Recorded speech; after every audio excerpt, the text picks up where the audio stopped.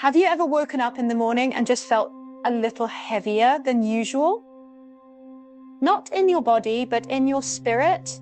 Maybe you couldn't quite put your finger on why, but the joy didn't come as easily as it used to. Or perhaps you've noticed that some days the quiet moments feel a little too quiet, and the house seems a little too empty. There's something I've been thinking about lately, something we don't always talk about as much as we should, especially as we get a little older, and that's our emotional well-being. How we're feeling on the inside, not just physically, but in our hearts and minds. If that sounds familiar, you're not alone. Our emotional well-being is just as important as our physical health, especially in these later years. Life changes, kids move away, friends move on, routines shift, and sometimes it can leave us feeling a little untethered. But here's the good news: no matter what season of life we're in, we can always nurture our emotional well-being and find new ways to feel light, connected, and truly happy. You see, as we get older, there's this unspoken expectation that we should have it all figured out, that we should be strong all the time, or that we shouldn't let things bother us. But here's the truth: emotions aren't a sign of weakness. They're a sign that you're human. If you're feeling lonely or sad or even a little lost sometimes, that's okay. Acknowledging those feelings instead of pushing them away is the first step toward healing them. So let's start with the first one. And this might surprise you. It's all about giving yourself permission to feel whatever it is you're feeling. That's what we're going to talk about today. Simple, meaningful habits that can help us feel more emotionally balanced, more at peace, and yes, even more joyful. These aren't complicated fixes or expensive solutions. They're small, everyday things that can make a big difference in how we feel. Think of it like this: if you had a scratch on your arm, you wouldn't ignore it and hope it goes away. You'd take care of it, right? Well, our hearts need the same kindness. So next time you're feeling down, try this. Pause for a moment, take a deep breath, and say to yourself, "It's okay that I feel this way." That simple act of self-compassion can lift a weight you didn't even realize you were carrying. Now, the second habit is all about connection, because no matter how independent we are, we're wired to need each other. And I know what some of you might be thinking: but my friends are far away, or I don't have as many people around as I used to. That's why this isn't just about who you connect with, it's about how you connect. Even small interactions can make a big difference. A smile and a chat with the cashier at the grocery store, a phone call with an old friend, even if it's just for 5 minutes. Or how about this? Write a letter, not an email, not a text. A real, handwritten letter. There's something deeply satisfying about putting pen to paper, and the person on the other end will feel that warmth in a way a quick message just can't capture. And if you're feeling up for it, consider joining a group or class, something low pressure like a book club at the library or a gentle yoga session at the community center. You don't have to walk in expecting to make a best friend right away. Just being around others, sharing a laugh or a story can remind you that you're part of something bigger. One of my favorite examples is a woman named Margaret, who told me she started baking cookies every Sunday, just because no special occasion, no big family gathering, she'd wrap them up and give them to her neighbors, her mail carrier, anyone who crossed her path. And you know what? Those little acts of kindness became her joy. She wasn't just giving away cookies, she was creating moments of connection, and that gave her days meaning. Now let's talk about the third habit: finding purpose in the everyday, retirement, empty nests, slower routines. These changes can sometimes leave us wondering, what's my role now? But purpose doesn't have to be grand. It can be as simple as tending to a garden, volunteering to read to kids at the local school, or even sharing your wisdom with younger family members. One of the most beautiful things about getting older is the wisdom we've gathered along the way.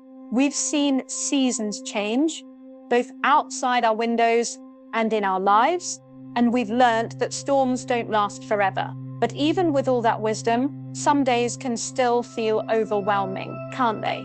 Maybe it's a health concern that's been on your mind, or the loss of someone dear, or even just the weight of too many what-ifs about the future.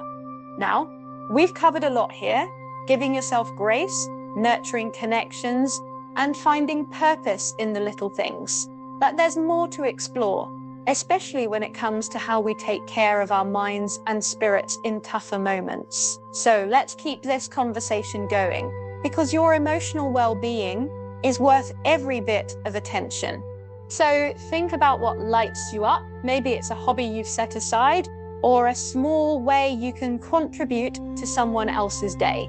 Purpose isn't about doing more, it's about doing what matters to you. That's why the next habit for emotional well-being is so important.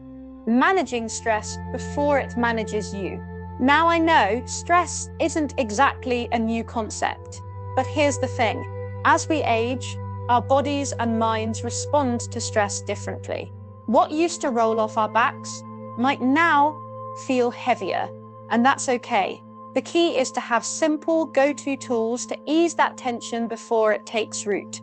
Another way to keep stress in check is through movement, gentle, joyful movement. I'm not talking about running a marathon or lifting weights, unless that's your thing. Something as simple as a daily stroll around the neighborhood, or even swaying to your favorite song in the living room, can shift your mood entirely. There's a reason music and movement have been healing tools for centuries. They remind us we're alive, right here, right now. One of the most powerful tools, breathing. Not just the automatic kind we do all day, but intentional breathing. Try this with me right now. Inhale slowly through your nose for a count of 4. Hold it for just a second, and then exhale through your mouth for a count of 6. That longer exhale tells your body it's safe to relax. Do that 3 times, and you might be surprised how much lighter you feel. It's like hitting a reset button for your nerves. Now, let's talk about gratitude. I know, you've heard it before. Be grateful, but stick with me, because gratitude isn't about ignoring life's hardships. It's about balancing them. Think of it like this. Our minds are like gardens. If we only water the weeds, the worries, the regrets, they'll take over.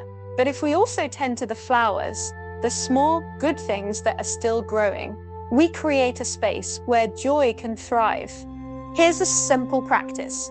Each night, name one thing you're grateful for from that day. It could be as ordinary as the way sunlight fell across your coffee cup in the morning, or as profound as a loved one's laughter over the phone. The more you notice these moments, the more you'll realize they've been there all along. And speaking of noticing, let's talk about adapting to change. If there's one constant in life, it's that things don't stay the same. Kids grow up, routines shift, and sometimes our bodies don't cooperate the way they used to. But here's what I've learned from folks who radiate contentment in their later years. They've mastered the art of pivoting. Take my friend Carl, for example. After his arthritis made it hard to play golf, he thought he'd lost his favorite pastime forever. But then he discovered watercolor painting, something he could do sitting down at his own pace. Now he sends handmade birthday cards to all his grandchildren. Did he miss golf? Sure. But he told me I wouldn't have found this new joy if I'd kept staring at the closed door. That's the spirit we're aiming for. Not pretending change is easy, but trusting we can find new ways to feel fulfilled. Maybe for you, it's swapping long trips for cozy day excursions, or trading vigorous gardening for container plants on the patio. The activity isn't what matters most. It's the meaning we pour into it. Now, we've covered a lot here, from taming stress to embracing gratitude and adapting with grace. But there's one more essential piece to emotional well-being, and it's something we often overlook as we focus on everyone else. So let's turn our attention to what might be the most important habit of all. You know, there's something I don't say often enough, and maybe you don't either. I'm proud of myself. Isn't it funny how easy it is to brush off our own accomplishments, to downplay the battles we've weathered, the love we've given, the simple fact that we're still here, still growing? That brings us to the most important habit for emotional well-being. Being kind to yourself, not just in passing, but truly treating yourself with the same patience and care you'd offer your dearest friend. Because here's the truth. No matter how much we nurture our connections, practice gratitude, or adapt to change, none of it will stick if we're constantly criticizing ourselves in the background. Let me ask you something. When was the last time you looked in the mirror and said something nice to the person looking back? Not about how you look, but about who you are. Maybe it's time to try it. Something like, "You've done your best," or "You're allowed to rest." It might feel awkward at first, but those words, they sink in deeper than we realize. And while we're talking about kindness, let's address something many of us carry: regrets. The "I should have," the "if only," the "why didn't I?" Those thoughts can weigh heavy, can't they? But what if we looked at them differently? What if, instead of seeing regrets as failures, we saw them as proof that we cared, that we were trying, learning, living? Here's a little exercise I love. Take a piece of paper and write down one thing you regret. Then beneath it, write what that experience taught you. Maybe it's, "I wish I'd spent more time with my parents." But beneath it, you write, "Now I make sure to call my grandchildren every week." See how that shifts things? Our regrets don't have to be anchors. They can be buses, pointing us toward what matters most now. Now, let's talk about something beautiful: your legacy. That might sound like a big formal word, but really it's just the mark you leave on the world, whether grand or quiet. And here's the secret: you're already creating it every single day. The way you listen to a friend who's feeling low, the recipes you pass down, the way you smile at strangers in the grocery line, those things ripple outward in ways we'll never fully see, but they matter. One of the most powerful things you can do for your emotional well-being is to recognize that, to take a moment now and then and ask yourself, what do I want to leave behind? Not in terms of money or things, but in love, in memories, in the way people feel when they think of you. You don't have to write a memoir or carve your name in stone. Just keep being you, the you that laughs easily, that offers wisdom without judgment, that shows up even when it's hard. That's the legacy that lasts. So let's bring it all together. We've talked about honoring your feelings, staying connected, finding purpose in small joys, managing stress, practicing gratitude, adapting to change, and most importantly, being gentle with yourself. None of these are one-time fixes. They're daily choices, little by little, like tending a garden. Some days will be easier than others, and that's okay. Here's what I hope you take away. Emotional well-being isn't about being happy all the time. It's about knowing you're worth the effort it takes to care for your heart. It's about looking back at your life, the highs, the lows, and all the ordinary moments in between, and whispering, "I did all right." And if you're ever doubting that, come back to this video. Leave a comment telling me how you nurture your emotional well-being, because your story might be exactly what someone else needs to hear. And of course, if this resonated with you, hit that like button. Subscribe if you haven't already, and let's keep these conversations going. Remember, however many years you've lived, however many roads you've traveled, your heart still deserves kindness, still deserves joy, still deserves peace. Here's to embracing every chapter with all the wisdom, grace, and love you've earned.